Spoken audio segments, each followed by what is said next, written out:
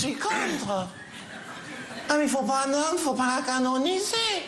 Comment ça, Alexandra? L'inhumer, oui, l'incinérer, oui, mais la canoniser, non, ça va l'envoyer beaucoup trop loin. Avec cette caricature parfois cruelle, Nicolas Canteloup se hisse parmi les imitateurs préférés des Français. En revanche, pour sa victime, Alexandra Rosenfeld, la pilule est dure à avaler. Les Inrocks, quand l'émission avait démarré, vous avez qualifié d'émission beauf et machiste. Ah, les Inrocks, ceux qui mettent Quentin en couverture, je les adore. Cette espèce de magazine débile qui se prend pour qui sont des donneurs de leçons et des gens qui pensent tout le temps être dans le politiquement correct, je les conchis. Et moi j'ai un tempérament très fort, donc il y avait des jours où je le prenais moins bien que d'autres. Pour vous connaître un peu mieux les filles, laquelle de vous quatre est la cible de l'imitateur Nicolas Canteloup? Ça c'est moi. Ça te fait plaisir? Ça me dérange pas Ça a particulièrement. l'air de t'éclater en revanche.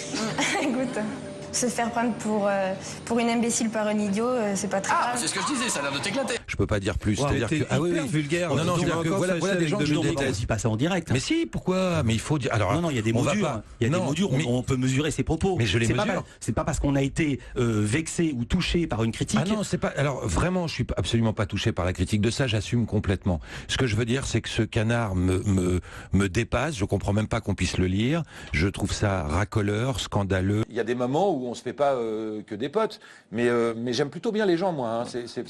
Mais vous pouvez être très violent sur les Inrocks, par exemple, puisque vous en parlez. Vous avez été très violent parce que vous dites, je ne comprends même pas que les gens descendent pas dans la rue après la une qu'ils ont fait sur Quentin. Oui, c'est ça. Je les trouve systématiquement contre. J'adore ces gens qui pensent être les détenteurs du bon goût. Et ils l'ont prouvé depuis des années, ils pensent être les détenteurs du bon goût, qui continuent. D'ailleurs, je crois que ça ne se vend plus, donc c'est que les gens font à peu près la différence. Les Inrocks, on s'en fout. Dominique Chapat, c'est pas très grave. Bon.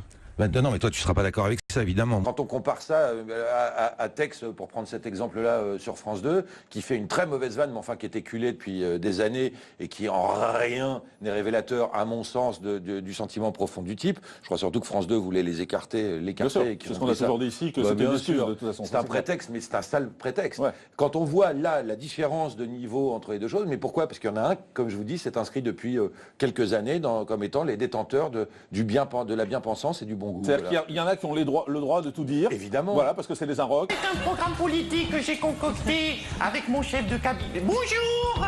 Je trouve cette imitation très misogyne parce que elle rejoint les principales attaques de mes adversaires politiques et les principales attaques à l'intérieur du parti. En gros, c'était quoi ces attaques? C'était, mais qu'est-ce que c'est que cette créature venue de nulle part? Quand en plus j'avais Nicolas Canteloup qui me faisait passer pour Bécassine, c'était sans doute assez efficace pour faire rire les gens. Philippe Lelouch, on a appris que vous étiez dans le cortège de motards qui a descendu les champs pour les obsèques de Johnny Hallyday. Ouais, c'est vrai. Ouais. Bah, le Parisien a dit que vous étiez incognito. Oui, donc si vous êtes incognito, c'est que c'est pas dans le journal. Qu'est-ce que tu fais là?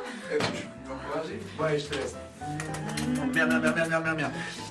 On est d'accord, hein? Sur scène, personne t'embrasse, personne te tripote. Ok? Oui, c'est ce qu'on avait dit. Ouais. Elle est prête, c'est bon. Ça a l'air. Oui, il est très amoureux. Mais en fait, il dit ça, mais il est cool. Ils m'ont vu, mais c'était pas le but.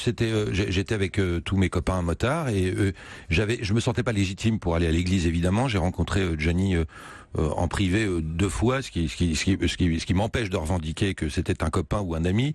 Et on ne va à des obsèques, me semble-t-il, que si on est très ami ou très intime avec la personne qui est décédée. Donc moi, quand on m'a posé la question de savoir si je voulais être dans le cortège de motards, évidemment la réponse était oui, parce que c'était le sujet qui nous avait liés avec Johnny. Et voilà, mais c'est pas du tout pour me faire remarquer.